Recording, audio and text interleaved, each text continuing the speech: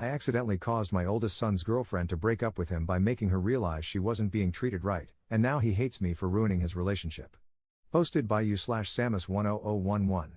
First, I would like to say this actually happened on my youngest son's birthday, but today is the day my oldest son confronted me, so here is what happened. After the cake and presents, my youngest son and I were chatting. He is a young teenager, and now that my wife and I feel he is old enough and mature enough, we gave him permission to begin dating. He wanted advice on his future relationships. His mom and I almost never fight, and apparently, it was noticeable enough that he asked about it. The conversation began with talking about learning to respect your partner, etc. I can't remember everything I said, but here are some highlights. Always be ready and willing to say you're sorry, even when you think you're right. Never dismiss your girlfriend's feelings, they are valid, even if you don't understand them. Communicate, communicate, communicate. If something is bothering you and you don't tell your significant other, you're only hurting yourself. Listen when she is trying to tell you something, no matter how much you don't want to hear it. Put the game controller down and mute the TV whenever she wants your attention. End every conversation with a sign of your affection, and if you won't see her for a few hours, give her a hug, a kiss, or both, every time. Throughout the day, randomly tell her you're thinking about her, you care about her, or you love her. And mean it. If you stop meaning it, figure out why and fix it, or break up. Trust is important, and once you've broken it, you might never fix it again. Many people believe love is the most important thing in a relationship, but it's not, it's respect. If you don't respect your partner or feel she doesn't respect you, talk about it and fix it, or break up. Otherwise, you will both be miserable. There were a bunch of other pieces of advice I gave him, but that's the general gist. It wasn't all seriousness, we joked around a bit too. I told him this little bit of advice my dad told me a long time ago: you will know when your girlfriend is completely comfortable around you when she is willing to fart in front of you. Don't marry her until that happens. Sage advice, that is. Now, my youngest and I were sitting at my desk having this talk while he was picking out the video games he wanted to buy with his birthday money. My daughter and my oldest son's, now ex-girlfriend, were on the couch playing video games and listening to us. My daughter occasionally chimed in with her own comments. She's been dating a few years now, and had her own bits of advice to give, though her comments were more about how to act on dates, places they can go, and stuff like that. My oldest son's girlfriend hardly spoke at all. In hindsight, that should have been a red flag.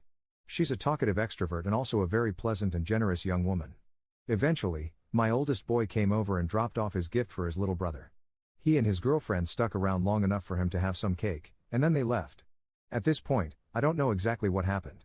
My daughter managed to get some details from my oldest son's, now, ex-girlfriend. I got some more from my oldest when he came over to yell at me for breaking up his relationship. Long story short, my oldest wasn't being a good boyfriend. His girlfriend confronted him with some issues they'd been having. She felt like he didn't respect her opinions and feelings, and she dumped him. It's that simple. I love all my children with every bit of my heart, even when they are mad at me, and I admit I screwed up. I am to blame for his breakup. But not because of what I said in front of his girlfriend. I screwed up because I didn't drill the advice I gave my youngest into my oldest boy's head when he was younger. He wants me to post this on one of the Am I the Jerk subs, but I am not going to do that. I admit that I could be a better father, and I can be a real jerk sometimes, but I'm pretty damn sure that even though I could have read the damn room, that wasn't the real problem. Hopefully, my oldest son learns from this. Relevant comments. Commenter. I'm not a father, but I am a brother, and I'm going to tell you right now, some kids never learn. They'll live their lives with the same problem repeating over and over, and it'll always be everyone else's fault. Commenter 2.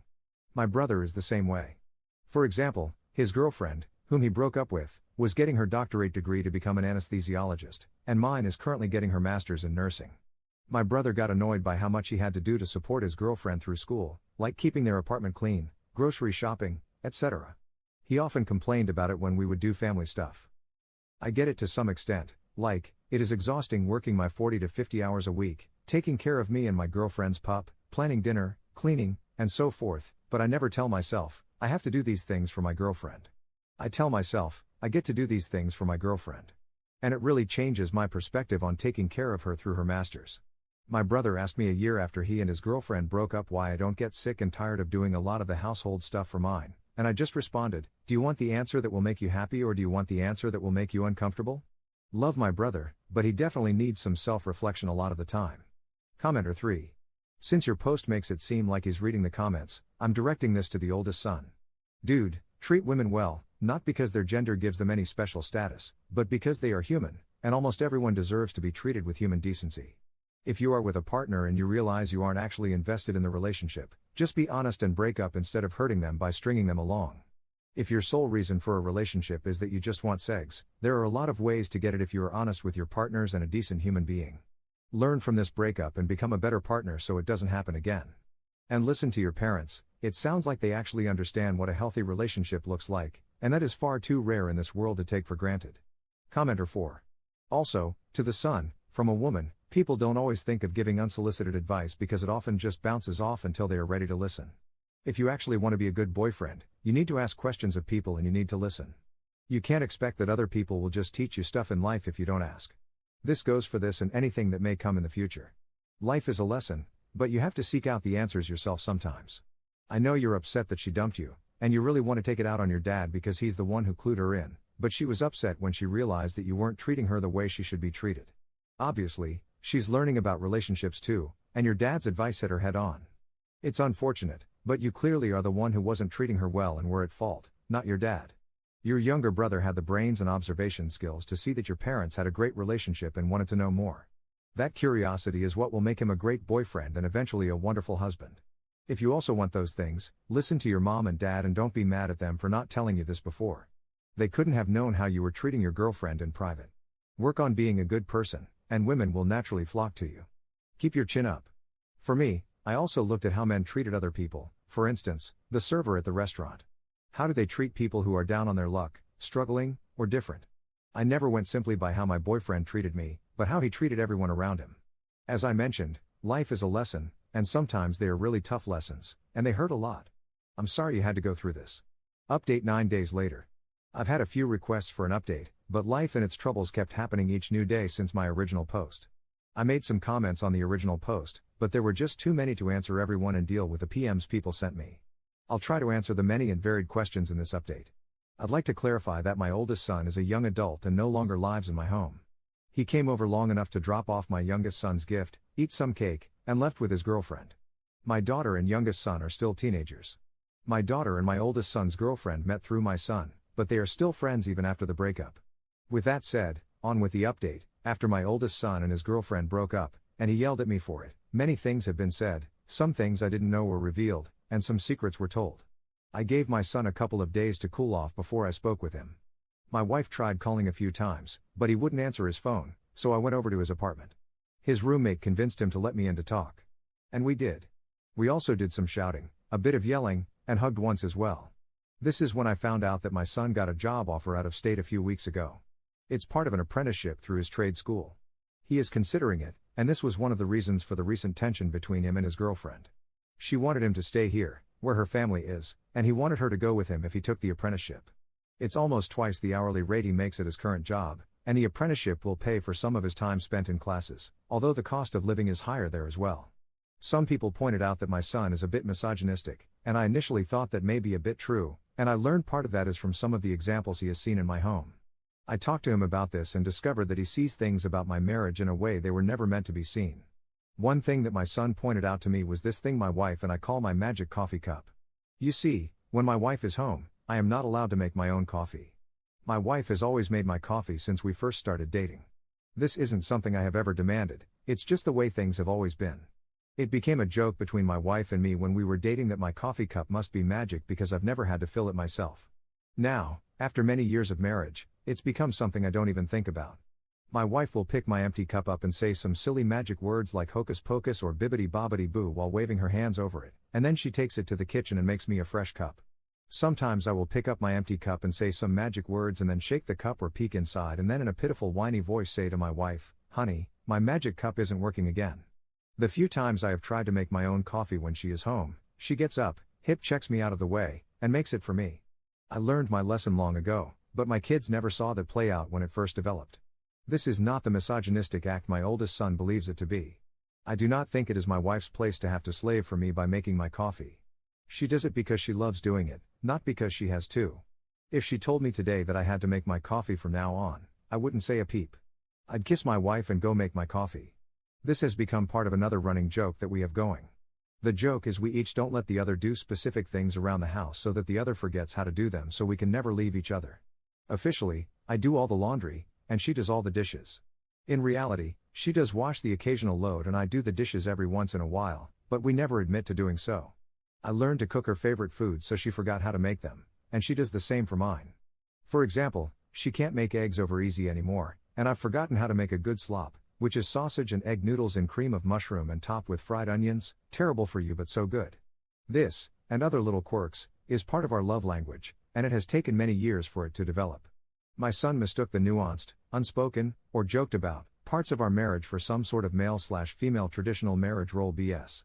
He was seeing the end result of years of small compromises, fights, agreements, and other stuff that led to the way our marriage works today. Now, while I was having that talk with my oldest boy, my wife and daughter were talking with his ex-girlfriend. We all really like her and would hate to see them broken up forever. They discovered all the things my son wasn't telling me. From what they learned, my oldest son has been listening to certain podcasters and TikTok influencers that are very misogynistic. My son wanting her to move out of state with him, while she was reluctant to do so, is just the tip of the iceberg when it comes to their real problems. When they talked about their futures, they had wildly differing views on what those futures would be like. For example, he got it stuck in his head that women should do the lion's share of the housework. To be fair, doing the dishes seems like it takes a lot more effort than doing laundry, since most of the time is spent waiting for a dryer cycle to finish. But doing the laundry is more than just washing and folding clothes while watching TV or playing video games. It's changing the linens, changing out the towels and robes in the bathrooms, and changing out and cleaning the curtains around the home. None of my kids has ever had to put fresh sheets on their beds because I do it for them. My wife has done our bed maybe once in the last half dozen years. Laundry, like dishes, are monsters that you battle endlessly. In a good marriage, you and your partner fight those battles side by side, no matter how you split up the workload exactly. Anyway, I hate to see them remain broken up, but my son needs to grow up a bit before that has any hope of happening. I suggested therapy, though I doubt my son will look into it. He's at the age where he thinks he knows everything. He hasn't attained the wisdom to realize that no matter how perfect we think we are, everyone screws up, and sometimes the way we think is very, very wrong. Patrick, I love you, but you need to get your head on straight. Relevant comments. Commenter. Always love parents who say it like it is and don't make excuses for their kids' behavior, even if it means hurting their own feelings in the process. TikTok influencers like Andrew Tate regularly push out misogynistic videos that attract teens and young adults who are emotionally underdeveloped, using them to spread their own propaganda and make money. It's best to avoid them and sit down with your son to explain why this content is harmful to his mental health and his future relationships. I wish the best for your son as he continues learning important lessons like the one you taught him. You're a great dad. Commenter 2. Wondering how often the ex was around Op and his wife, and later got to hear him twisting his parents' healthy relationship into something different. My dad never had to ask for a drink, my mom just refills his cup whenever it's empty. Op's response. My daughter and my son's ex are still friends, and she still comes over. Even when they were together, I saw her more than I did him. She gets along great with my daughter and my wife. Honestly, I don't know how to feel about her still coming around even though they aren't together. I don't want her coming over to be awkward for my son, but I'm not going to tell my daughter who she can be friends with. That said, she now knows the background on the magic cup bit that my wife and I do. Yesterday, she took my cup, stared my wife dead in the eyes, and said hocus pocus before running into the kitchen with my cup. My wife chased after her, laughing, to get my cup back before my son's ex could make me a coffee. Commenter 3. Share the slop recipe. Op's response. I don't really measure the ingredients, but here's how I make it. Cook roughly half a pound of chopped sausage and boil the egg noodles in a separate pot. Drain the egg noodles, and while the pot is still warm, put the cream of mushroom in it. Start heating that and add the sausage and noodles. Add milk to thin it out a bit and season the sauce. I use dill weed, a bit of beef bouillon, garlic, and then taste it. Add more of whatever it needs until it tastes right. Once the mixture is heated, I take it off the heat and add the fried onions. You can make them yourself, but I just use a pre-made bag from the grocery store. Mix it up, serve, and enjoy. It goes great with green beans and rolls.